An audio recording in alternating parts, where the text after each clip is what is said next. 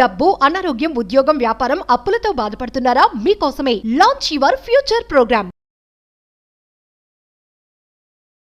నమస్తే, India's largest digital media network Suman టీవీకి స్వాగతం. మీ ఇంట్లో మహాలక్ష్మి ఉందా? అబ్బా, మాకంత అదృష్టమా అనుకుంటున్నారు కదా. పోనీ మీ ఇంట్లో ఒక్క ఆడపిల్ల అయినా ఉందా? ఒక్క ఆడపిల్ల ఏంటండి బాబు, ఇంటి నిండా ఆడపిల్లలని తల బాదుకునే వాళ్ళు చాలా మంది ఉన్నారు. అసలు విషయానికి వస్తే మహాలక్ష్మి అంటే ఎవరో కాదండి, మన ఇంట్లో పుట్టే ఒక ఆడపిల్ల మహాలక్ష్మి.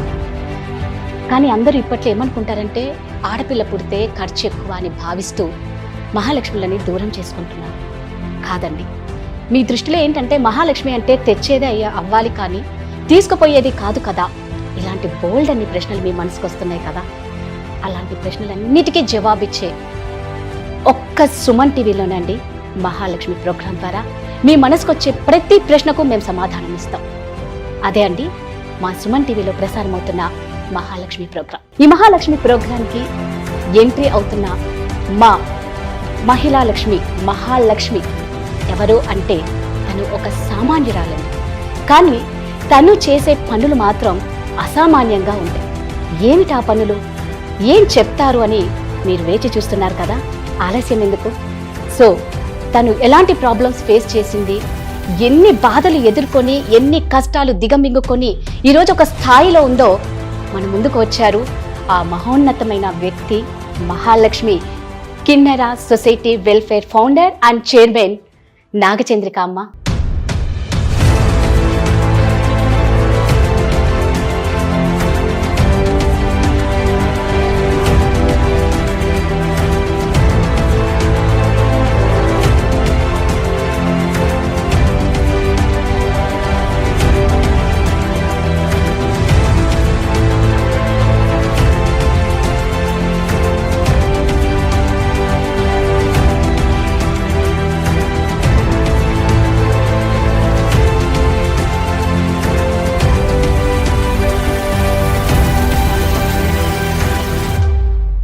అమ్మ నమస్తే. అమ్మా నమస్తే. ఎలా ఉన్నారమ్మా? బాగున్నాను అమ్మా.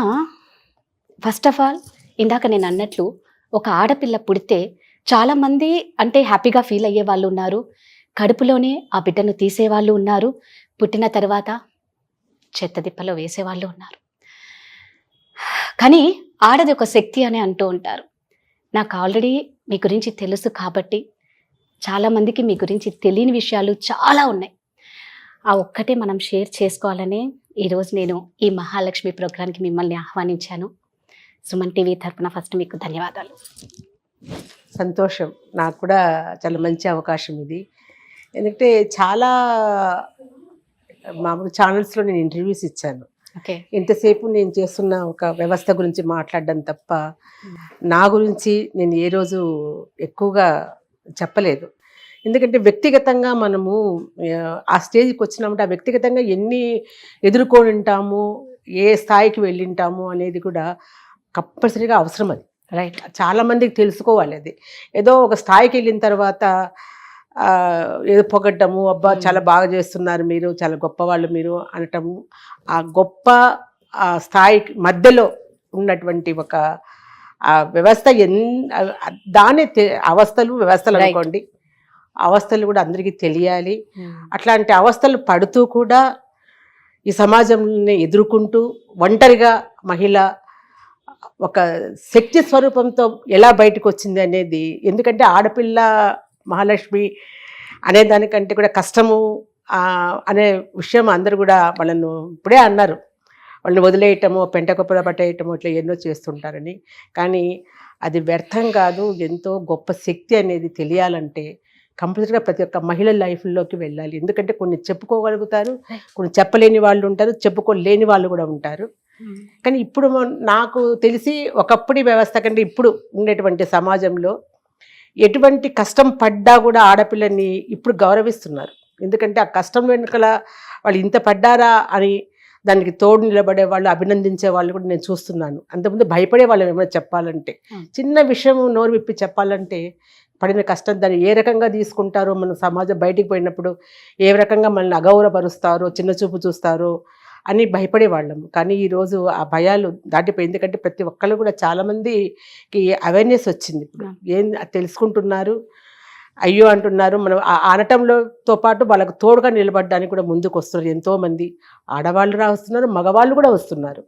కాబట్టి అలాంటి విషయాలను మనము షేర్ చేసుకుంటే ఇంకా తెలుస్తుంది. ఖచ్చితంగా అమ్మ. ఏంటంటే ఒకరి అనుభూతి మరొకరికి ధైర్యాన్ని ఇస్తుంది.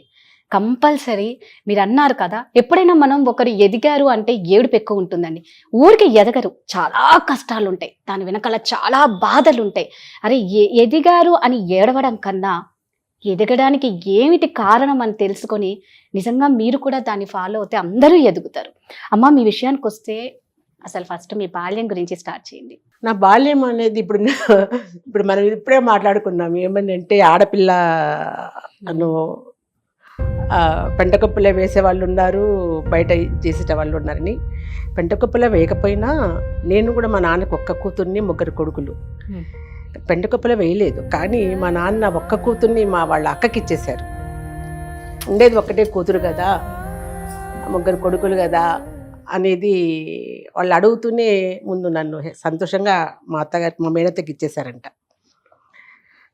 తర్వాత నాకు కొంచెం అంటే పెరుగుతున్నప్పుడు కొద్దిగా అమ్మా నాన్నల దగ్గర ఉండాలి అనేది ఒక ఉంటుంది కదా ఎవరికైనా. అప్పుడు ఎంతమందితో ఉన్నా అమ్మ ఒళ్ళో ఉండటం వేరే, అమ్మ దగ్గర పెరగటం వేరే. అది బీదరాలైనా ధనవంతురాలైనా అమ్మతో ఉండాలనుకుంటాం మనం. అంటే మా మేనత్త నన్ను చాలా బాగా చూశారు, అయినా అమ్మను నేను కోల్పోయాను, దూరం అయిపోయాను అమ్మకు. అంటే అమ్మ ఉంది, నాన్న ఉన్నారు, అందరూ ఉన్నారు, అమ్మమ్మ తాతలు అంతా ఉన్నా కూడా నాన్న నన్ను మా మేనత్తకి ఇచ్చేసారు. ఆడపిల్ల పైగా కొంచెం ఆవిడ ఏదో వాళ్ళకు కొంచెం ఆస్తులు అవి ఉన్నాయి, ఆవిడేమో నాకు ఆడపిల్లే కావాలి అని అంటే మా నాన్న ఇచ్చేశారు. ఇవ్వకుంటూ ఉంటే బాగుండేదేమో అనిపించింది నాకు. ఆ తర్వాత కూడా నేను మొన్నటి వరకు కూడా, మా నాన్న బతుకున్నంత వరకు కూడా ఆడపిల్ల అనేది ఎట్లా ఉంటుంది అనేది మా నాన్న ద్వారా నేను చూశాను. నాకెందుకో ఎవరన్నా పిల్లల్ని తల్లిదండ్రులు చాలా ప్రేమగా చూస్తున్నప్పుడు ఇది నిజంగానే ఈ ప్రేమ ఉంటుందా తండ్రికి? ఎందుకంటే ఇది నా విషయంలో చూశాను, నా బిడ్డల విషయంలో కూడా చూశాను. నా బిడ్డలకు కూడా తండ్రి ప్రేమ అంత పెద్దగా అందించలేకపోయాను. మీరు సింగిల్ పేరెంట్ కదమ్మా? నేను ఇప్పుడు సింగిల్ పేరెంటే. అంటే ఉన్నారు అతను, కానీ సింగిల్ పేరెంట్. చాలా సంవత్సరాలు, 25 years అయిపోయింది. వాళ్ళకు కూడా అంత ప్రేమ అందినప్పుడు అంటే నాకు దగ్గరగా నా కళ్ళకు నా ఇదిగా ప్రేమగా చూసే తండ్రుల్ని తక్కువ మందిని చూశాను నేను. అది కూడా నాకు నిలబడిపోయింది మనసులో. కానీ కూతురుగా, కన్న కూతురిగా నేను వాళ్ళకి దూరంగా పెరిగిన లాస్ట్ వరకు నాన్నకు తోడు నింది నేనే, ఏ కొడుకులు లేరు. అందుకే కంటే కూతురునే కనాలని కూడా ఊరికే అన్నారు కదా. ఆడపిల్లకు ఉన్నంత అభిమానము, ప్రేమ ఎవరు ఎంత కష్టపెట్టినా కూడా, ఎవరైనా తల్లిదండ్రులనే కాదు, భర్త కష్టపెట్టినా, తల్లిదండ్రులు కష్టపెట్టినా, బిడ్డలు కష్టపెట్టినా ఎంతో ఓర్చుకునేది ఒక తల్లి, ఆడది, అంతే. అది ఎంతమందికి అర్థమవుతుంది చెప్పండి. అలా పెరిగాను నేను. అదే తల్లిదండ్రుల దగ్గర లేకుండా మేనత్త దగ్గర, మామ దగ్గర పెరిగాను. బాల్యం కానీ వాళ్ళు చాలా బాగా చూశారు. తల్లిదండ్రుల కంటే కూడా ఎక్కువ చూశారు నన్ను. పెంచారు, పెద్ద చేశారు, చదివించారు. 10వ తరగతి వరకు నేను, అంటే మాది రాయలసీమ, కడప దగ్గర ఎర్రగుంట్ల అని ఒక పల్లెటూరు అన్నమాట. అక్కడే చదువుకున్నా 10th class వరకు. చదివిన తర్వాత నేను మళ్ళీ పెళ్ళి అయితే నా 10th class అంటే 15 years అప్పుడు మ్యారేజ్ చేసేసారు నాకు. మా ఇళ్ళల్లో అంతా చాలా చిన్న వయసులోనే పెళ్ళిళ్ళు జరగడము చేసేస్తారు. అమ్మకు కూడా 13 yearsలో అయ్యింది అట్లా అనమాట. అట్లా నాకు కూడా 15వ సంవత్సరం పెళ్లి చేశారు. 10 పాస్ అయ్యాను, పెళ్ళి అయింది. నేను పెరిగిన వాతావరణంలో మా మేనత్త, మామ, ఆవిడ కూడా కొంచెం భర్తతో కష్టాలు పడ్డారు. అంటే ఆయన ఇంట్లో తక్కువ ఉండేవారు అనమాట. సో అత్త నేనే ఎక్కువ ఉండేవాళ్ళము. ఈ నేపథ్యంలో ఇంకా తర్వాత మ్యారేజ్ అనేది చేశారు. అంటే ఎందుకు చెప్పండి తక్కువ ఉన్నారంటే, నాకు పెద్దగా పెళ్లిళ్ళ పైన అది అవగాహన లేదు. అంటే ఆ వయసులో ఏం ఆ తెలియదు వయసులో కదమ్మా. ఏం తెలియదు, ఆడుకోవడము వెళ్ళడము, చాలా చిలిపిగా ఉండేదాన్ని. ఎక్కువ అల్లరి, ఎక్కువ విపరీతమైన అల్లరి అనమాట. ఉమ్. వీధిలో అందరితో కొట్లాటలు, గొడవలు. రౌడీ రాణి. వాళ్ళు కూడా ఇంటి మీదకి వచ్చేసేవాళ్ళు. Very good. ఇంటి మీదకి వచ్చినా సరే నేనే ఎదుర్కొనేదాన్ని అనమాట. అలా అల్లరి ఎక్కువ ఉండింది. అట్లా అట్లా అల్లరిగా, అంటే పల్లెటూరు కాబట్టి కొంచెం ఒక ఆప్యాయతలు, ప్రేమలు కూడా ఉంటాయి. అది పెద్ద సీరియస్ గా తీసుకోరు. కాకపోతే అల్లరి పిల్ల అనేది బాగా పడిపోయింది నాకు. సో ఆ వయసులో అట్లా మెంటాలిటీ అప్పుడు నాకు మ్యారేజ్ అనేది ఫిక్స్ చేశారు. పెళ్ళంటే తెలీదు, అసలు భర్త అంటే అవగాహన లేదు, ఏదో అలా ఉండిందన్నమాట. పెళ్ళి అన్నారు, ఓ పెళ్లి చేసుకుంటా, కానీ నా పెళ్ళప్పుడు నాకు చక్కగా రాళ్ళ గాజులు నెక్లెస్ పెడితే తప్ప నేను పెళ్లి చేసుకోవడానికి కూర్చున్నాను అనమాట. నగలు ఒకటి, చీరలు ఒకటి. వాళ్ళు సరే చేయిస్తామని అలా అన్నారనమాట. చేసినప్పుడంటే చేయించాలి. చిన్న తమాషా విషయం, వాళ్ళు చేయించారంటని ఇంట్లో వాళ్ళు మాట్లాడుకుంటా ఉంటే నేను పడుకొని నిద్రపోతున్నాను, వాళ్ళు మాట్లాడుకుంటున్నారు. లేచి కూర్చొని ఏడుపు మొదలు పెట్టేశా. వాళ్ళు భయపడిపోయారు, ఏమైంది ఏమైంది అని వస్తే నాకు వాళ్ళు చేయించకపోతే నాకు వద్దు, రాళ్ళగాజుల కోసం నెక్లెస్ కావాలి అని అంటే అప్పుడు మా ఇంట్లో మా మామ వాళ్ళ ఫోన్లో మేమే చేయిద్దాంలే, మనమే చేయిద్దాంలే, పాప ఊకే ఏడుస్తుంది అట్లా అని చెప్పి అంటే అట్లా ఉన్నింది అనమాట. ఇప్పుడు అవన్నీ వేరు. ఇప్పుడు 30 ఏళ్ళు అయితే కానీ పెళ్లిళ్ళు కావడం లేదు. అన్ని తెలిసి అవగాహన అయిపోయి చక్కగా ఎట్లా బతకాలని తెలిసి నాయనగా మ్యారేజెస్ అవుతున్నాయి. అలా ముండికి పడి మొత్తానికి మ్యారేజ్ అయ్యింది. అతను ఎలక్ట్రిసిటీ బోర్డులో జాబ్ చేసేవాడు, నాకంటే కూడా 15 సంవత్సరాలు పెద్ద. అది కూడా తెలిసేది కాదు. అది కూడా అంటే ఇప్పుడు పిల్లలు మొగుడు ఎట్లా ఉండాలా, వాడు ఏం జాబ్ చేయాలి, వాళ్ళ ఆస్తులు ఎన్ని ఉండాలి, వెనకాల అత్తమామ ఉండకూడదు, వీళ్ళు ఉండకూడదు, అట్లా ఉంటుంది. కానీ ఆ వయసులో ఆ కాలంలో ఇవన్నీ తెలిసివే కాదు మాకు. ఏదో పెద్దవాళ్ళు చెప్పినారు చేసేసుకుందాము అనే తప్ప, తలొంచుకొని తాళి కట్టించుకోవడం తప్ప అసలు అవతల అవుట్ ఆఫ్ ఏది తెలిసేది కాదనమాట. అట్లా పెళ్ళి అయిపోయింది. పెద్ద కుటుంబం అది, బాగా ఆస్తులు ఉన్నాయి వాళ్ళకి, కోట్లతో ఆస్తులు ఉన్నాయి, చాలా పెద్ద కుటుంబము. అట్లా ఇంట్లోకి అడుగు పెట్టాను నేను. కానీ ఆ ఇంట్లో డబ్బులతో పాటు ఆస్తులతో పాటు గొడవలు ఎక్కువ ఉండేవి, విపరీతమైన గొడవలు. మా ఇంట్లో అసలు కొట్లాటంటే తెలియదు, చెప్పాను కదా సింగిల్గా ఉండేదాన్ని. అట్లా టైంలో నాకు ఏమీ తెలిసేది కాదనమాట. కొట్లాటలు అంటే అల్లరితో గొడవలు పడడం వేరే, వాంటెడ్లీ ఆస్తుల కోసం కొట్టుకోవడం వేరే కదా. ఆ మాదిరి ఇంట్లో బాగా జరిగేవి. భయపడిపోయేదాన్ని, అన్నం తినేదాన్ని కాదు, భయపడేసేది వాళ్ళ గొడవలు చూసుకుంటే కూడా. అలా చాలా అలజడిగా ఉండేదాన్ని అనమాట. సో అత్తగారు కూడా వాళ్ళు కొట్లాడుకొని భోజనం సరిగా పెట్టేవాళ్ళు కాదు మీకు, అందరికీ, నాకనే కాదు. కాకపోతే నాకేంటంటే మన ఇంట్లో ఇష్టం వచ్చినట్లు బాగా తిని పెరిగి బాగా ఉండేది దాన్ని. అసలు మాకు ఈ రాయలసీమ అయినా కూడా మేము పెద్దగా జొన్న రొట్టెలు, రాగి సంగటి ఇట్లాంటివి ఎక్కువ మా వైపు, కానీ అవి ఎక్కువ చేసేవాళ్ళు కాదు. ఎప్పుడో ఫేమస్గా పండగ రోజు చేసుకుంటాం కదా, అట్లా చేసేవాళ్ళు. కానీ డైలీ మనం తినే అలా. కానీ అక్కడ పోయిన తర్వాత అన్నం అని ఏడ్చేదాన్ని అనమాట, అన్నం కావాలని. నాకు ఒక విషయం గుర్తొస్తుంది. మా ఇంట్లో మా అత్త వాళ్ళ ఇంట్లో అంటే డబ్బు బాగా ఉందని కదా, వెండి ప్లేట్లు అన్నీ వెండివే ఉండేవన్నమాట. చక్కగా కలిపి పెట్టేది మా అత్త. అది సంకన వేసుకొని అద్దం ముందు ఎత్తుకొని పాపకు ఒక ముద్ద, నీకు అట్లా ప్రేమగా తినిపించేది వాళ్ళు. అట్లా అంటే నేను ఇసిరి కొట్టేదాన్ని అనమాట, నాకొద్దు అనేసి. మా అత్త ఎప్పుడు తిట్టేది నన్ను, నువ్వు అన్నం అంటే లెక్క లేకుండా చేస్తున్నావు, నువ్వు అన్నమో రామచంద్ర అని ఏడ్చే రోజు వస్తుంది నీకు, తప్పు ఇట్లా అన్నం పడేయకూడదు అని తిట్టేది. మామూలుగా అనేది ఆమె, కానీ అది ఒక శాపంలాగా అవుతుందని నేను అనుకోలేదు. అన్నం కావాలి ఆకలిస్తుందని ఏడ్చిన రోజులు ఉన్నాయి వాళ్ళ ఇంట్లో. ఎక్కువ రోజులు కూడా పట్టలే పెళ్ళైన తర్వాత ఇదంతా జరగడానికి. ఆ తర్వాత ఒక అదే చాలా చిన్నపిల్లలాగా ఉండేదాన్ని. కానీ అతనికి కూడా భయం వేసేది నాతోటి మాట్లాడాలన్నా చేయాలన్నా, అంటే చిన్నపిల్ల చేష్టాలు, ఎగరడము అలా ఉండేదన్నమాట. సో మా బావగారు ఇక్కడ హైదరాబాద్లోనే ఆయన కలెక్టర్గా చేస్తూ ఉన్నారు. పెళ్లి చేసుకోలేదు ఆయన, మా వారి కంటే పెద్ద ఆయన అనమాట. ఆయన పెళ్ళికి రాలేదు, తర్వాత వచ్చారు. వచ్చినప్పుడు నన్ను చూస్తూనే ఆయన అసలు మా అత్తగారి వైపు వాళ్ళు చూసి చాలా కోప్పడ్డారనమాట. ఎందుకు ఇంత చిన్న పిల్లని, ఇంత చక్కటి పిల్లని తీసుకొచ్చి చేశారు, వాడు అప్పుడే జీవితం నాశనం చేశారు కదా మీరు అని తిట్టాడు. మహాలక్ష్మిలాగా ఉంది ఆ అమ్మాయి చూస్తే, ఎందుకమ్మా ఇట్లా చేసావు నువ్వు అని. నాకు అర్థం కాలేదు, ఎందుకు ఇట్లా అంటున్నాడు ఆయన అని అనుకున్నాను అంతే. ఆ తర్వాత వాళ్ళు ఏదో చెప్పుకున్నారు, వాడే గొడవ పడుతున్నాడు పెళ్లి చేయమని, అది ఇది మా అత్తగారు అనటం ఏదో జరిగింది. ఆ తర్వాత నాకు ఒక వారం లోపలనే ఒక డాక్టర్ది ప్రిస్క్రిప్షన్ దొరికింది నాకు. ఓకే. దాంట్లో చూస్తే అతనికి ఆరోగ్యం చాలా బాగలేదు అని ఆ మెడిసిన్స్ అదంతా రాసిండారు. అది లెప్రసీ అని దాంట్లో ఉంది ఓ, అతనికి. మీకు తెలియదు? అంటే ఇప్పుడు ఈ లెప్రసీలో కూడా 36 రకాలు ఉంటాయంట. అది అందరికి అంటువ్యాధి కాదు, కొన్ని మామూలు ఉంటాయి అనమాట. అది నాకు అప్పుడు తెలియదు, అదే ఉంది అందులో.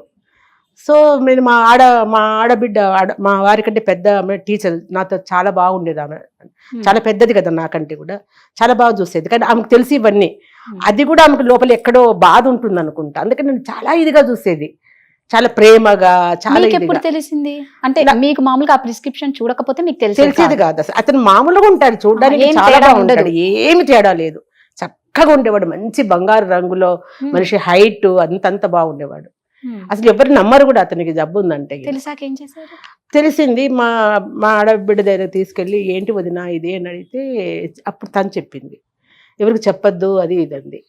మా ఇంట్లో కూడా ఇంకొక విషయం చెప్పాలి, తల్లిదండ్రులు చేసే తప్పు ఏంటంటే, ఆడపిల్లకి పెళ్ళి అయిపోయి అత్తగారింటికి పోయేటప్పుడు అప్పగింతలప్పుడు నువ్వు అత్తగారింట్లో ఉన్నప్పుడు జాగ్రత్తగా ఉండాలి, అమ్మగారి గురించి పొగడకూడదు, తర్వాత అత్తగారింట్లో ఏం జరిగినా కూడా అమ్మగారింటికి చెప్పకూడదు, నువ్వు ఏ కష్టమున్నా నువ్వే భరించాలి తప్ప అక్కడ అమ్మ వాళ్ళంటే చెప్పకూడదు, ఇవన్నీ బయటికి రాకూడదు, ఇవన్నీ మా నాన్న నాతో వెళ్ళేటప్పుడు చెప్పారు. మరి ఆ రోజుల్లో కాబట్టి కొంచెం ఇదిగా ఉంటుంది కదా. నాన్న అలా చెప్పేటప్పటికి నాకు భయం వేసింది, ఏమని చెప్పాలో నేను ఇప్పుడు ఇదంతా ఈ కష్టాన్ని. ఇక్కడ అన్నము సరిగ్గా లేదు, భోజనము సరిగ్గా పెట్టలేరు వాళ్ళు, పైగా ఇంత జబ్బు అతనికి, 15 సంవత్సరాల పిల్లని నేను, ఏంటి నేను ఎవరికి చెప్పుకొని బాధ నేను. నాకు మా అదే మామ అత్త వాళ్ళు పెంచిన వాళ్ళు ఉన్నారు కదా, మాకు ఇవి పాలిష్ రాళ్ళవి గనులు మా పక్క ఎక్కువ ఉంటాయి. అవి అంతా బిజినెస్లు అవన్నీ ఉండేవి అనమాట. బాంబే, బెంగళూరు, షిడ్ది ఇట్లంతా వెళ్తారు, గ్రానైట్స్. అవి ఇంకా ఇదంతా జరుగుతుంది. నాకు ఎవరికి చెప్పాలి, వాళ్ళు అత్త వాళ్ళు చెప్పొద్దన్నారు కదా, అక్కడ వీళ్ళతో చెప్తే వీళ్ళతో ఏం సంబంధం లేదు, నాకేం తోచలేదు, ఏం చేయాలో తెలియక అక్కడ ఇంకా ఎందుకు నేను బతకడము, బయటికి పోలేను, రాలేను, లోపలికి ఉండలేను వీళ్ళతోటి, నాకు ఇంత భయం వేసింది జబ్బు అనేటప్పటికి అనేసి టాబ్లెట్స్ ఉంటే ఆ టాబ్లెట్స్ మొత్తం సీసా నిండా ఉన్నాయి టాబ్లెట్స్. అతి కష్టం మీద మింగేశారు టాబ్లెట్స్, మొత్తం మింగేశారు. 11 సూసైడ్. ఇక నాకు దారి లేదు, నేను ఆ ఇంట్లో ఉండలేను, అతనితో బతలేను, నాకు భయం వేస్తుంది, ఎవరికి చెప్పుకోవడానికి లేదు, తల్లిదండ్రులకు చెప్పడానికి లేదు, ఆ పరిస్థితి అన్నమాట. ఇంకా ఏం చేయాలి తెలియక మింగేశాను మొత్తం అండి. మింగేసిన తర్వాత ఇక ఒక 2-3 అవర్స్ తర్వాత స్టార్ట్ అయిపోయింది. ఇతనేమో ఆఫీస్కి వెళ్ళిపోయినారు. ఇక మా అత్త వాళ్ళు, మా పెద్ద తోడికోడలు వాళ్ళు అంతా పక్కన, చిన్న తోడలు అంతా ఇట్లా ఉంటారు, పక్క ఇళ్లలో ఉంటారనమాట. ఎవరితో ఎవరు మాట్లాడకూడదు, మా తోడికోడలతో మాట్లాడకూడదు. తోడికోడలు అంటే చాలా పెద్ద ఆమెకు 6 మంది పిల్లలైతే వాళ్ళ పిల్లలందరూ నాకంటే పెద్దవాళ్ళే, నేనే చిన్నదాన్ని ఆ ఇంట్లో. అందరు 10th క్లాస్ అమ్మాయిని, వాళ్ళంతా బిఏలు బీఈడీలు అంత ఎంఏలు చదువుతున్నారు వాళ్ళంతా కూడా. నేను ఒక్కదాన్ని చిన్నపిల్లని ఆ ఇంట్లో. ఆమెతో మాట్లాడి చెప్పకూడదు, ఆమె బాగానే మాట్లాడతారు నాతో, కానీ వీళ్ళెవరు చూసేటప్పుడు ఆమెతో మాట్లాడకూడదు నేను, అంటే ఆమెకు కూడా చెప్పలేను.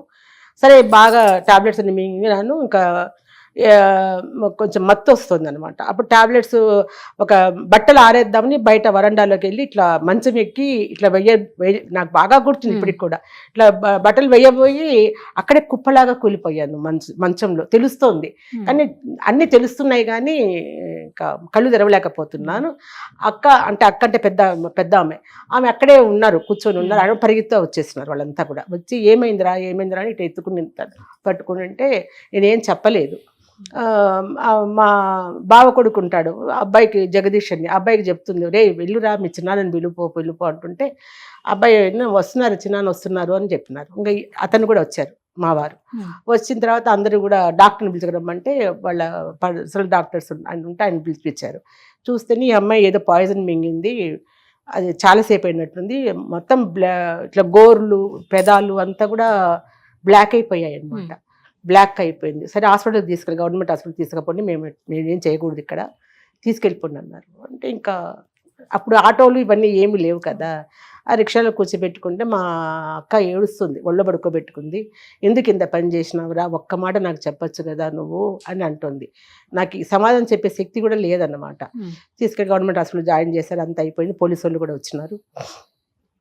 పోలీసు వాళ్ళు వచ్చేసి నాకు తెలుస్తుంది అనమాట. ఇంకా పోలీసు వాళ్ళు వచ్చినారు, వాళ్ళు తీసుకుంటారు కదా, వాగ్దానం తీసుకుంటారు కదా. ఆ టయానికి కరెక్ట్గా ఎవరో నా పక్కకు వచ్చి చెప్పారు, టాబ్లెట్స్ ఎక్కడివి అని చెప్తే మా నాన్న ఇచ్చాడని చెప్పు అని చెప్తున్నారు. మా నాన్న మెడికల్ డిపార్ట్మెంట్ అండి, మెడికల్ ఆఫీసర్గా పనిచేసేవారు.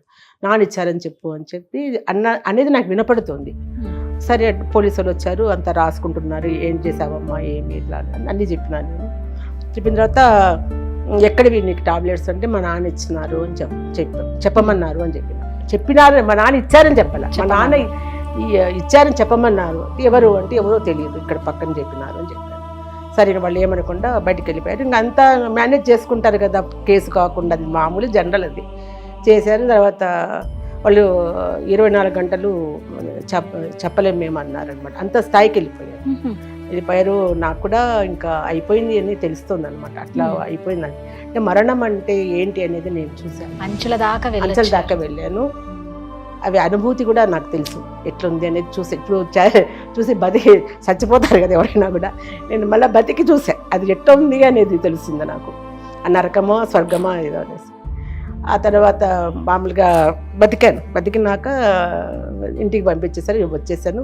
మా మామ ఎక్కడో ఉన్నారు కదా, మా మామ బాంబేలో ఉన్నారంట అప్పుడు, నన్ను పెంచిన ఆయన ఏం చేశారు, ఆయనకి ఎందుకో మనసు స్థిమితంగా లేదంట. అక్కడికి పోయిన తర్వాత ఏదో జరుగుతుంది, పాపకి ఏదో బాగలేదు, ఏమో అవుతుంది అని చెప్పేసి ఆయన ఇంకా అక్కడ ఉండలేక బిజినెస్ కూడా అక్కడ పక్కన పడేసి డైరెక్ట్గా ట్రైన్స్ ఉంటాయి మాకు ఎక్కువ అక్కడ సైడ్, డైరెక్ట్గా బాంబే టు కడప వచ్చేసారు. వచ్చేసి నేరుగా మా ఇంటికి వచ్చేటప్పటికి నేను ఇంకా మంచంలో బ్లడ్ అంతా ఇరిగిపోయి, మనిషిని చిన్నపిల్లను కదా ఎంతో ఎట్లా అయిపోయింది. ఆ బెడ్ మంచంలో పడుకొని ఉంటే మామ వచ్చి ఏమైంది అని అంటే ఇట్లా జరిగింది అని చెప్తే మా మామ ఏం మాట్లాడకుండా వెళ్ళి ఆటో తీసుకొని వచ్చేసి, రిక్షా తీసుకొని వచ్చి నన్ను ఇట్లా తీసుకొని పడుకోబెట్టుకున్నాడు. ఏం మాటలు, ఎవరు పిలిస్తే పలకలేదంట ఆయన, ఏం సమాధానం చెప్పాల. నేరుగా తీసుకొని ఊరికి వచ్చేసారు, ఎర్రగుంట్లకు తీసుకొచ్చేసారు. ఇంటికి తీసుకొచ్చినాక ఇంకా అమ్మకి వాళ్ళకి అప్పుడు ఈ ఫోన్లు అవి ఏం లేవు, టెలిఫోన్స్ అట్లా లేవు. అక్కడ పోస్ట్ ఆఫీస్లో ఉంటే పోస్ట్ ఆఫీస్కి చేస్తే వాళ్ళని పిలిపించి మాట్లాడేవాళ్ళు, లేదా టెలిగ్రాఫ్స్ ద్వారా. ఆ విధంగా పోస్ట్ ఆఫీస్ పిలిపించి మాట్లాడితే నాన్న పోయి మాట్లాడారంట. మాట్లాడితే ఇట్లా బాగలేదు మీ పాపకి అని చెప్పారు. చెప్తే ఇంక సరే అమ్మకు కూడా అట్లనే అవుతుందంట, ఏదో పాపకు బాగలేదు అనేసి. ఇక సరే వెళ్ళిపోదామని మా అమ్మ ఏడుస్తుంటే నాన్న ఇద్దరు కలిసి కడపకు వచ్చారు. వస్తే ఇంకా వాళ్ళని చూసి వీళ్ళు భయపడ్డారు. అత్తగారింట్లో భయపడిపోయి, మీ అమ్మాయి ఎంత పని చేసింది తెలుసా అంటే, ఏం చేసింది అని అంటే, ఇట్లా చేసింది, పైగా టాబ్లెట్స్ మీరే ఇచ్చారని చెప్పింది పోలీసు వాళ్ళకి, అది ఇదంటే. మా నాన్న అన్నారంట, చాలా మంచి పని చేసింది, మీకు మచ్చ రాకుండా చేసింది కదా, నా పేరే కదా చెప్పింది మా పాప, పర్వాలేదులేమ్మా అని చెప్పి ఇంకా వెనక్కి తిరిగేసి, ఇంకా అమ్మ ఏడ్చుకుంటూ, నాకుండేది ఒక్క బిడ్డను మీ చేతిలో పెడితే చావు వరకు తీసుకొచ్చారు అంటారు కదా, తల్లి అనకుండా ఉండలేదు, బాధ వాళ్ళకు ఉంటుంది. అట్లా ఏదో అనేసి ఇంకా పోతారు మీరు అట్లా ఏదో కడుపు బాధతో తిట్టుకుంటా వచ్చేసారు. రాత్రికి ఇంటికి వచ్చినారనమాట. ఇంటికి మళ్ళీ ఊరికి మా ఎర్రగుంట్లకు వచ్చి ఇంకా మా అమ్మ బాగా ఏడ్చేసింది అనమాట. అంటే నాన్ననే కదా అమ్మ చెప్పింది, ఎవరికి చెప్పొద్దని చెప్పాడు కదా, అత్తగారి విషయాలు ఏమి మాట్లాడద్దు అన్నారు కదా, చెప్పొద్దు అన్నారు కదా, అందుకే నేను ఈ పని చేసిన. మరి నేను ఎవరికి చెప్పుకోవాలి, ఎక్కడికి పోవాలి, నేను బయటకు అడుగు పెట్టలేను కదా అత్తగారింట్లో నుంచి, అందుకే నేను చచ్చిపోదాం అనుకుని ఇంట్లో చేశాను అని చెప్పారు.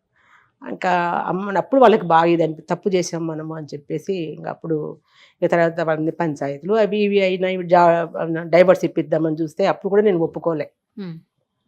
అంతవరకు జబ్బు విషయం కూడా తెలియదు వాళ్ళకి, ఈయనకుండే జబ్బు విషయం కూడా తెలియదు.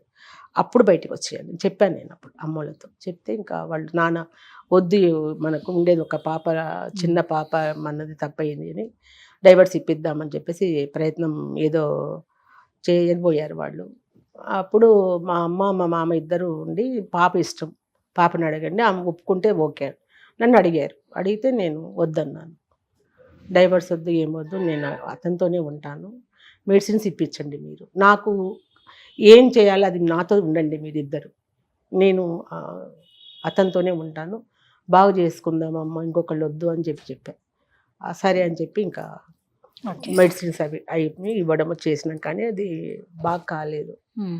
ఇంకా ఒక 3 years 4 years ఉన్నాడు అంతే అతను. ఆ కాలమంతా అతనికి సేవ చేయడం సరిపోయింది నాకు. అంత చాలా మెడిసిన్స్ అవి ఉండేవి, అవన్నీ టైం ప్రకారం ఇవ్వను, అన్నీ చెయ్యను, మెడిసిన్స్ ఇవ్వను, అట్టా ఆల్మోస్ట్ ఆ విధంగానే జీవితం నడిచింది 3 years. ఓకే అమ్మా, నిజంగా విననికి చాలా బాధాకరమైంది. మీకు పిల్లలు? 2, పాప బాబు. విద్యుత్ సౌధలో నాకు జాబ్ వచ్చింది. 10th class అప్పుడు నేను చెప్పాక 10th class పెళ్లి చేశారండి. ఆ తర్వాత 10th class అయిపోతానే జాబ్లో జాయిన్ అయినాక నేను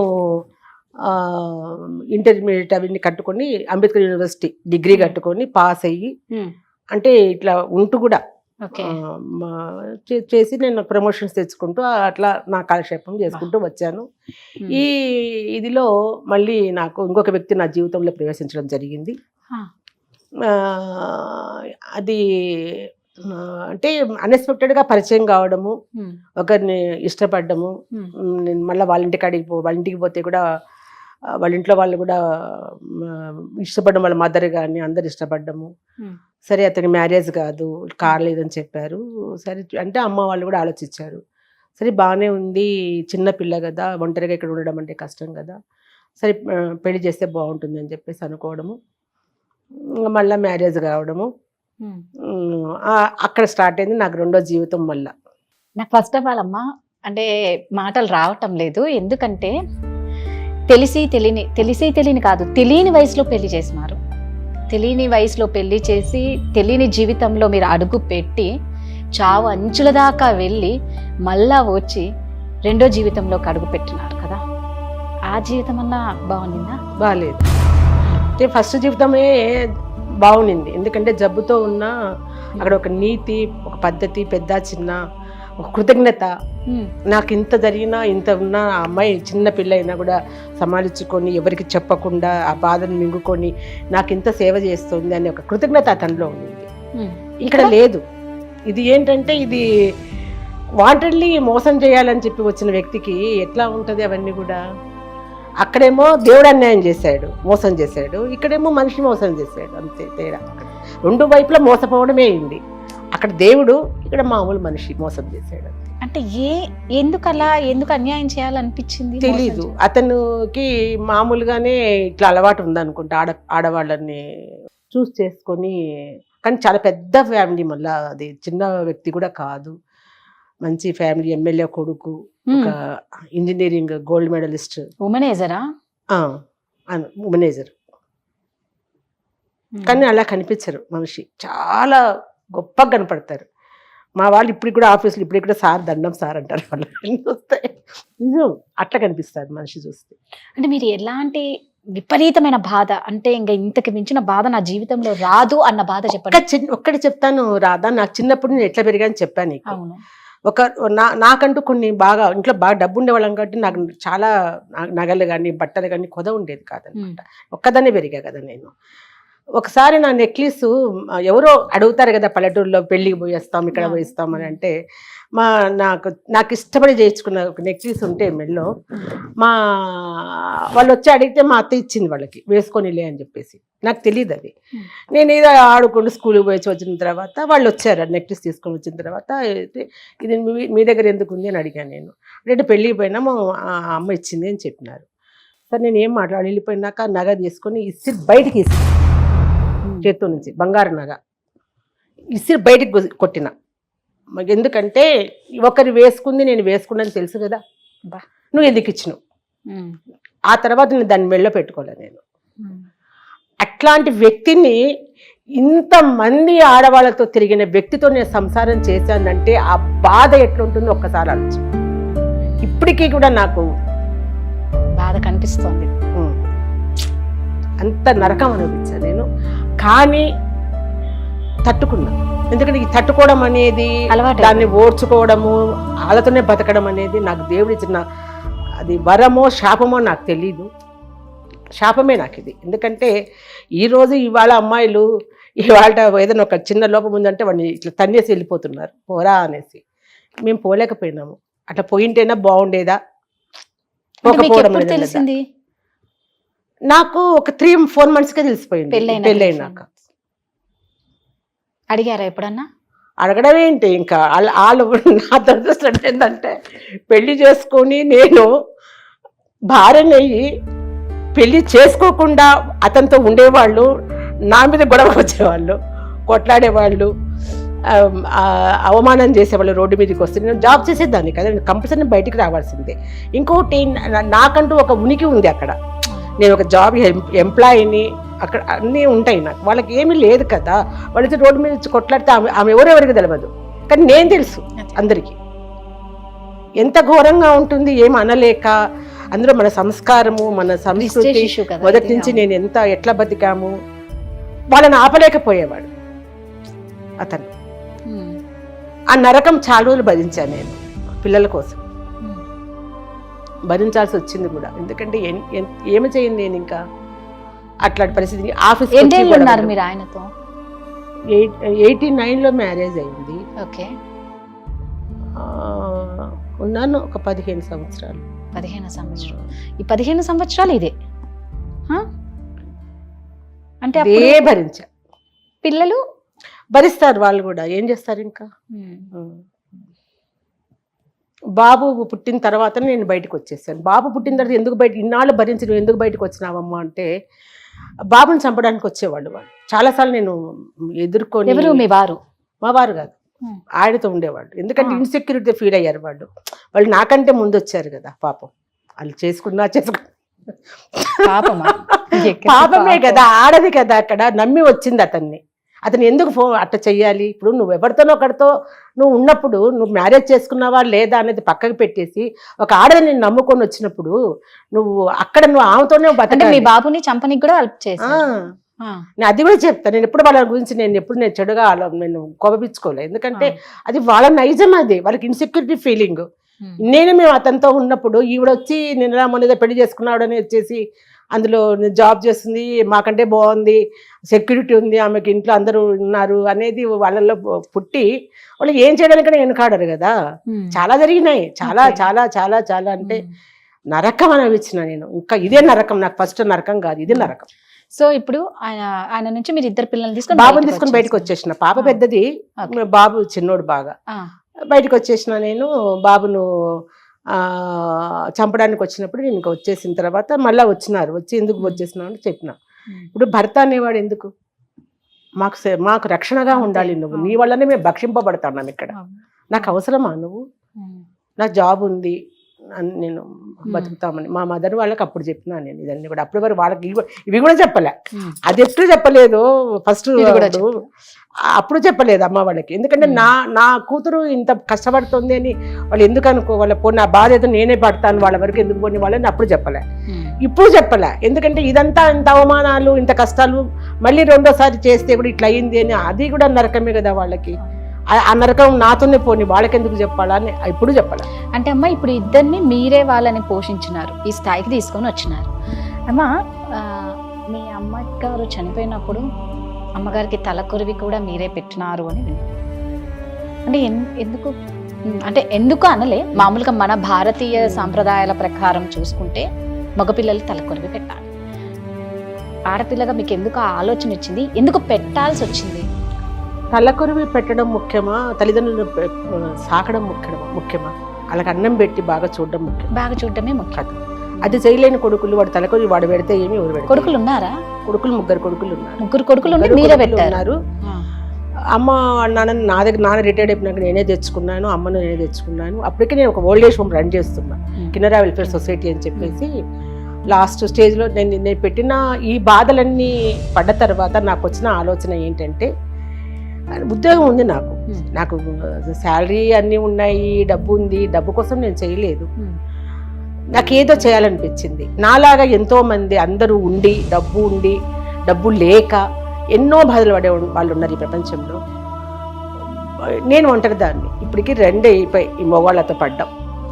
ఇక మేడం ఇంకొక కొరివి తీసుకొని తలగొక్కునేదానికంటే నాకంటూ ఒక తోడు ఏర్పాటు చేసుకుని నేను ఒంటరిగా ఉండడానికి నాకు చేత కాలేదు. ఎందుకంటే ఇంత పెద్ద కుటుంబంలో నుంచి వచ్చిన దాన్ని ఒక్కరు ఎప్పుడు పనివాళ్ళు ఉంటారు నా దగ్గర, కానీ ఒంటరిగా ఉండడానికి నాకు చేత కాలేదు. నరకంగా ఉండేది నాకు, అసలు ఉండలేను అని బాధ అయిపోయి ఏదైనా చేయాలి అనుకొని ఇలాంటి వాళ్ళను నేను తోడుగా ఎందుకు పెట్టుకోకూడదు, నేను వాళ్ళకు తోడు కాదు, వీళ్ళంతా నా తోడుగా నేను చేసుకోవాలని ఒక ఆలోచన వచ్చి కిన్నెరా వెల్ఫేర్ సొసైటీ అని చెప్పేసి ఒక వ్యవస్థను స్థాపించి రిజిస్ట్రేషన్ చేసి అఫిషియల్గా కూడా చాలామంది గవర్నమెంట్ వాళ్ళు చేయకూడదు ఇట్లాంటివన్నీ అని అన్నారు. ఇది ఎన్జిఓ నాన్ ప్రాఫిట్ ఆర్గనైజేషన్ కాబట్టి నేను పర్మిషన్ తీసుకున్నాను మా ఆఫీస్లో.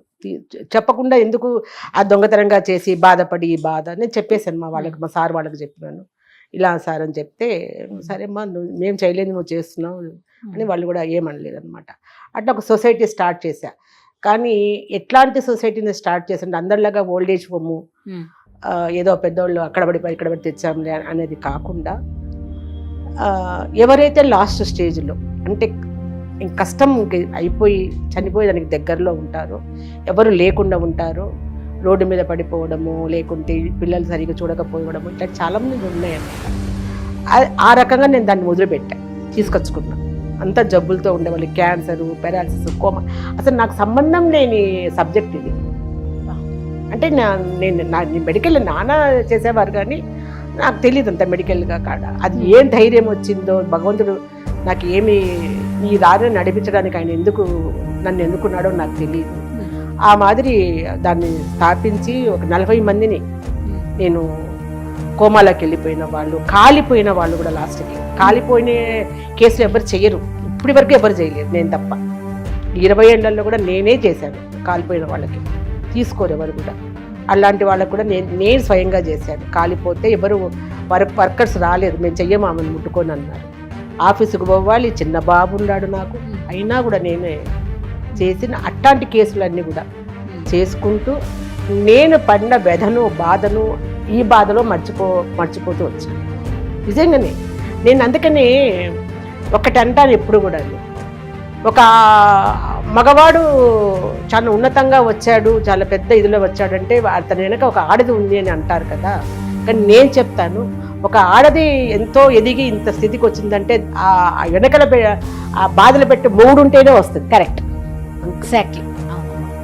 ఎంత రాడ్ తేలిపోతే అవతల మొగుడు ఆ మగాడు అనేవాడు బాధ పెడితేనే ఆడది ఇంత స్ట్రాంగ్గా ఉంటుంది. ఆల్రెడీ మీరు 2 చూసొచ్చారు కాబట్టి ఈరోజు మీరు లాస్ట్ స్టేజ్లో, అంటే మీ సొసైటీలో మొత్తం లాస్ట్ స్టేజ్లో ఉన్న వాళ్ళనే తీసుకొచ్చుకుంటారు. లాస్ట్ స్టేజ్ డిప్రెషన్కి గురైన వాళ్ళు ఉన్నారు. స్పాస్టిక్ చైల్డ్ అనేసి పుట్టుకతోనే వికలాంగులుగా పుడతారు పిల్లలు, కళ్ళు కూడా కనిపించవు. 40-50 టైమ్స్ వాళ్ళకి ఫిట్స్ వచ్చేవి, భరించరాని. అసలు నిజంగా రాదా ఇట్లాంటి జబ్బులు ఉంటాయా ప్రపంచంలోని తెలియని జబ్బులు నేను చూసాను. అవన్నీ చూస్తుండడం వల్లనే నాకు ఇంత ఇది కలిగిందేమో అనిపిస్తుంది. నిజంగా మీకు చేతులైతే దండం పెట్టాలమ్మా. అంటే ఇంట్లో ఒక బిడ్డకు జ్వరం వస్తేనే తల్లి తల్లడిల్లిపోతుంది, ఎప్పుడు తగ్గుతుందా అనేసి. అలాంటి మీరు ఆల్రెడీ ఏజ్డ్ అయిపోయిన వాళ్ళని లాస్ట్ స్టేజ్లో మీ దగ్గరికి తీసుకొని వస్తారు. మరి వీళ్ళకందరికి అంటే మీకు ఎవరిదన్నా సపోర్ట్ ఉందా ఫైనాన్షియల్గా? అంటే నేను చెప్పాను, మీరు మాకు డబ్బు బాగానే పర్వాలేదు, బాగానే అంటే కోట్లు ఉన్నాయని కాదు కానీ పర్వాలేదు, తిని ఒకరికి పెట్టగలిగేటట్టు. మళ్ళీ నేను జాబ్ కూడా చేస్తున్నాను కాబట్టి నాకు ప్రాపర్టీస్ అవి మరి అదే నా ప్రాపర్టీస్ అమ్మేశాను, ల్యాండ్లు అమ్మినాను, స్థలాలు అమ్మేశాను, ఇల్లులు అమ్మేశాను, బంగారం అమ్మేశాను. ఒక్కదాన్నే కూతుర్ని కదా, 200 తులాలు బంగారు పెట్టారు నాకు అమ్మ వాళ్ళు అప్పుడు. సో దాంట్లో సగం పైన అమ్మేశాను. రీసెంట్గా కూడా నేను మళ్ళీ స్థలం కూడా అమ్మి మళ్ళీ పెట్టాను అనమాట. నేను ఎవరిని చేసి అడిగేదాన్ని కాదు, నా ఇష్టంతో చేసుకుంటున్నా. ఇది నీ కోసమో వాళ్ళ కోసమో చేయడం లేదు, నా బాధ కోసం నేను చేసుకున్నప్పుడు నేను ఈ పని చేస్తున్నాను నాకు ఇవ్వండి ఇది అని ఒకరి దగ్గర పోయి చేయి చాపాల్సిన అవసరం నాకు లేదు. నాది నేను దాచిపెట్టుకొని ఎవరి దగ్గరికన్నా పోయి ఇవ్వండి అని ఎందుకు అడగాల. అందుకని అది అయిపోయినాక చూద్దాంలే అనుకున్నాను. అట్లాగా నా ప్రాపర్టీస్, నా శాలరీస్ ఎవరన్నా వాళ్ళంతకు వాళ్ళు తెలిసి నాకు 2011లో రాష్ట్రపతి అవార్డు వచ్చింది.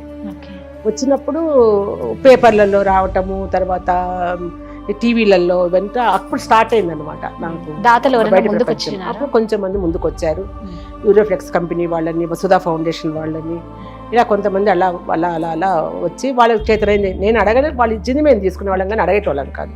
అలా సంస్థ కొంచెం పర్వాలేదు. నాకెప్పుడు నేను అబ్బా నాకు ఎట్లా ఈ కష్టమే అని అనిపించకుండా మేము వ్యవస్థ నడుచుకుంటూ వస్తుంది మాకు ఇంతవరకు కూడా.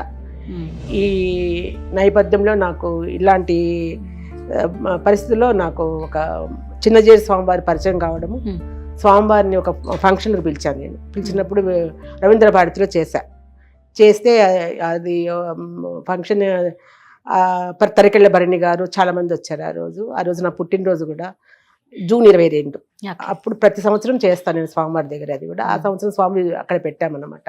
ఫస్ట్ టైం స్వామిని రావడము, ఆ రోజు మేము చేసినటువంటి సేవలు అవన్నీ కూడా మేము డెమో చేసాము ఆయన వారి ముందర.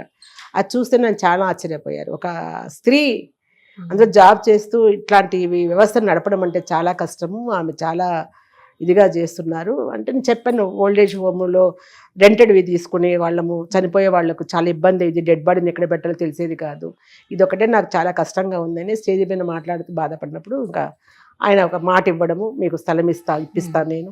సో ఇప్పుడు స్థలం ఇచ్చారు. ముచ్చెంతలలో స్టాచ్యూ ఆఫ్ ఈక్వాలిటీ దగ్గర మాకు ఒక 1/2 ఎకరా స్థలం ఇవ్వడం జరిగింది. ఓకే అమ్మ, ఫైనల్గా ఎంతమందికి మీరు తలకొరివి పెట్టారు? ఇప్పుడు 20 సంవత్సరాల ప్రయాణం మాది. చాలా మంది వేల మందికి చేశాం మేము. వందలకు కాదు, వేల మందికి చేశాం. అందులో ఎంతోమంది, కొంతమంది చనిపోయిన వాళ్ళని వాళ్ళు వచ్చి తీసుకుపోయి ఉంటారు. ఎవ్వరు లేని వాళ్ళు, ఇంకా విధాయకం లేకపోతే నేను పెట్టాను. అది 653 మందికి పెట్టాను. అబ్బా, 653 మందికి మీరు తలకొరివి పెట్టారు, మీ అమ్మతో కలిపి? అమ్మ నాన్నతో కూడా. నాన్న కూడా నేనే పెట్టా తలకొరివి. చెప్పాను కదా, కూతురు వద్దు అని మా నాన్న ఎవరికో ఇస్తే మా నాన్నకు నేనే పెట్టాల్సి వచ్చింది తలకొరివి. నిజంగా హ్యాట్స్ ఆఫ్ అమ్మా. తలకొరివి పెట్టడం అంటే అంత చిన్న విషయం కాదు.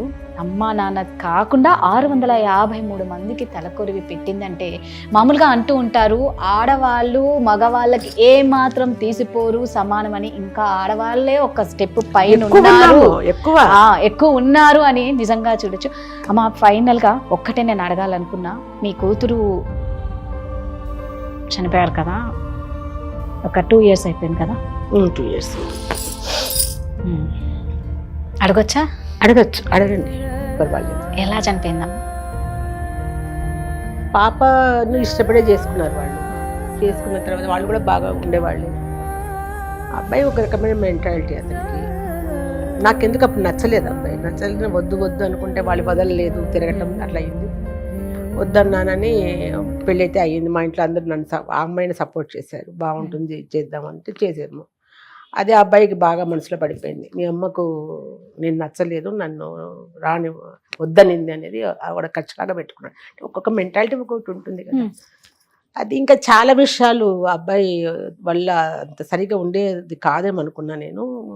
అమ్మాయిని మా ఇంటికి రానిచ్చేటోడు కాదు.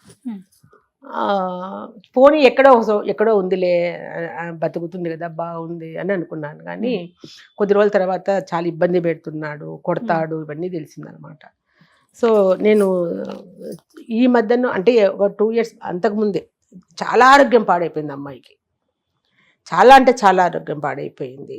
నేను వెళ్ళడానికి ఉండదు అక్కడికి, అమ్మని పంపడి ఇంటికి. ఇక్కడే కూకుట్పల్లి హౌసింగ్ బోర్డు. అట్లా జరిగిందనమాట. సో నేను చెప్పాను కదా, ఇప్పుడు కూడా ఒక బాధను మర్చిపోతాను నేను. అంటే మర్చిపోండి ఏదో ఒకటి అది కూడా నాకు బాధనే అయిపోయింది. ఇంకా దాన్ని ఇంకా పట్టించుకోలేదు. ఎందుకంటే నాకు అలవి కానప్పుడు నేను ఏం చేయగలుగుతాను? నేను ఆ అమ్మాయికి చెప్పినా కూడా వచ్చేసేయమ్మా అని చెప్తాను. చెప్తే కూడా అమ్మాయి వినలేదు. అమ్మాయి కూడా 2 కూతుళ్ళు. వద్దమ్మా, పిల్లలకి పెళ్ళిళ్ళు కావాలి కదా అనేది. చాలా అందంగా ఉండేది అమ్మాయి. అట్లా అమ్మాయిని తీసుకుపోయి చేసుకొని అన్నబెట్టి లాస్ట్కి చాలా టార్చర్ అనుభవించింది తను. ఎప్పుడన్నా అనేది అనమాట, ఆ ఇంట్లో నేను ఒంటరిదాన్నమ్మా, ఎంతమంది ఉన్నా కూడా అనేది. అది ఆ మాట గుర్తొస్తుంది నాకు రాదా ఎప్పుడన్నా కూడా. నేను ఎంతమందికి ధైర్యం చెప్పాను, షీ టీంలో చేశాను, భరోసాలో చేశాను. ఎంతో మంది అమ్మాయిలు కష్టపడతా అంటే ఎంత నేను నిలబడి వాళ్ళకి అందరికీ చేశాను.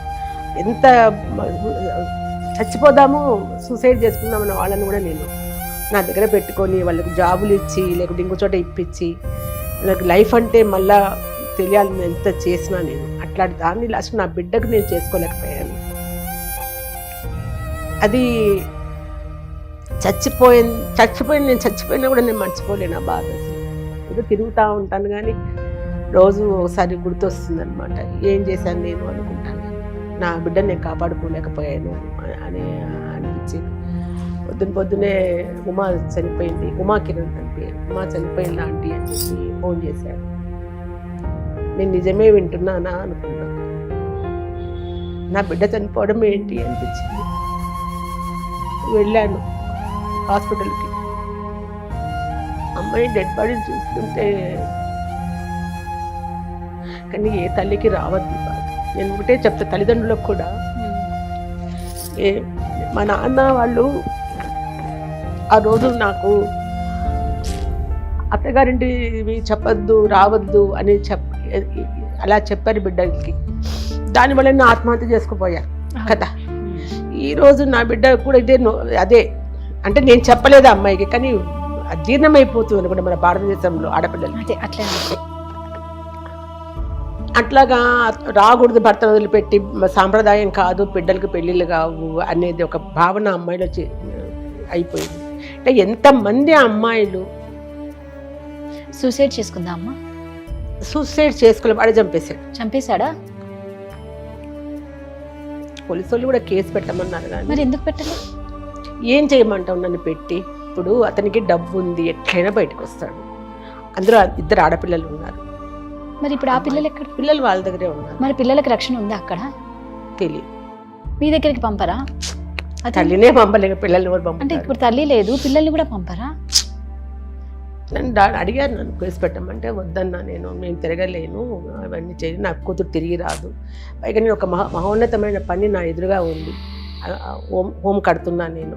ఇవన్నీ వదిలేసి నేను అక్కడ తిరిగి పోలీస్ స్టేషన్లో చుట్టూ తిరిగి కోర్టు పోయిన బిడ్డ ఎలాగో రాదు కాబట్టి ఉండేవాళ్ళనన్నా నేను చూసుకోవాలా చేయాలా అనే ఆలోచనతో నా ధ్యేయం నాకు ముఖ్యం సార్, ఇవన్నీ కాదు. పోగొట్టుకోకుండా ఉండింటే అది వేరే, పోయిన తర్వాత ఎందుకు వెతుక్కోవాలా నేను అనే ఆలోచనతో నేను కేసు పెట్టకుండా ఏం చేయకుండా నేను ఉన్నా. ఒక్కటి రాదా, కాలమే తీర్పం చెప్తుంది. నాకు తెలిసి నేచర్ ఎప్పుడు వదిలిపెట్టదు ఎవరిని కూడా, ఏ తప్పు చేసినా. ఈ రోజు బాగుండొచ్చు, రేపంటే ఒక రోజు ఉంది. మంచి చేస్తే మంచి వస్తుంది, చెడు చేస్తే చెడు ఖచ్చితంగా వస్తుంది. ఒకప్పుడైతే పూర్వజన్మ సుకృతం, నెక్స్ట్ జన్మలో కర్మలేమో, కానీ ఈ జన్మలో మాత్రం ఈ జన్మకే ఇమ్మీడియట్గా ఇచ్చేస్తూ ఉన్నారు ఆ భగవంతుడు మాత్రం. ఓకే అమ్మా, మీ వాల్యుబుల్ టైం మాకు ఇచ్చినందుకు నిజంగా ధన్యవాదాలు. ఒకటి బాధ ఏంటంటే ఎంతోమంది లాస్ట్ స్టేజ్లో మీ దగ్గరకు వచ్చిన వాళ్ళకి మీరు ఒక ప్రాణం పోసి వాళ్ళ అంత్యక్రియలు మీరు చేసిన వాళ్ళు, ఎంతో గారాభంగా పెంచుకున్న బిడ్డని అల్లుడు చేతిలో బిడ్డ పోయింది అంటే నిజంగా ఏ తల్లికి రావద్దు ఈ నరకం, ఈ బాధ, ఆ తల్లి కడుపు కోత ఎవ్వరికి రావద్దు అని నిజంగా భగవంతుని కోరుకోవాలి. మీరు అనుకున్నది సాధించాలి. మీరు నెక్స్ట్ పెట్టబోయే కొత్తది కడుతున్నారు కాబట్టి మీరు అనుకున్నది సాధించి మీకు ఎట్టు పుణ్యం వీళ్ళదంతా వస్తుంది, మీరు ఇంకా ఎంతో మందికి సేవ చేయాలి అని సుమన్ టీవీ తరఫున నేను కోరుకుంటున్నానమ్మా. సో ఆడవాళ్ళు నేను ఒకటే చెప్పాలనుకుంటున్నామండి, మేము ఈ ప్రోగ్రాం ఎందుకు పెట్టాము అంటే దయచేసి చిన్న చిన్న వాటికి ఎవ్వరు కూడా త్యాగాలు, జీవితాన్ని అంతం చేసుకోకండి. సూసైడ్ అనేది ఎప్పటికీ పరిష్కారం కాదు. కిరోసిన్ పోసుకొని కాల్చుకుంటారు, ఎందుకు అంత సఫర్ అవ్వకండి. మనం బతికి ఏంటో చూపించాలి. మనం ధైర్యంగా ఉంటే ఎన్నో ప్రాబ్లమ్స్ ఫేస్ చేయొచ్చు. ఇదిగోండి ఇలా ఎంతో మందికి ఆదరణ కూడా ఇవ్వచ్చు అనమాట. సో అందరూ స్ట్రాంగ్గా ఉండండి, ధైర్యంగా ఉండండి. థ్యాంక్ యూ అమ్మా.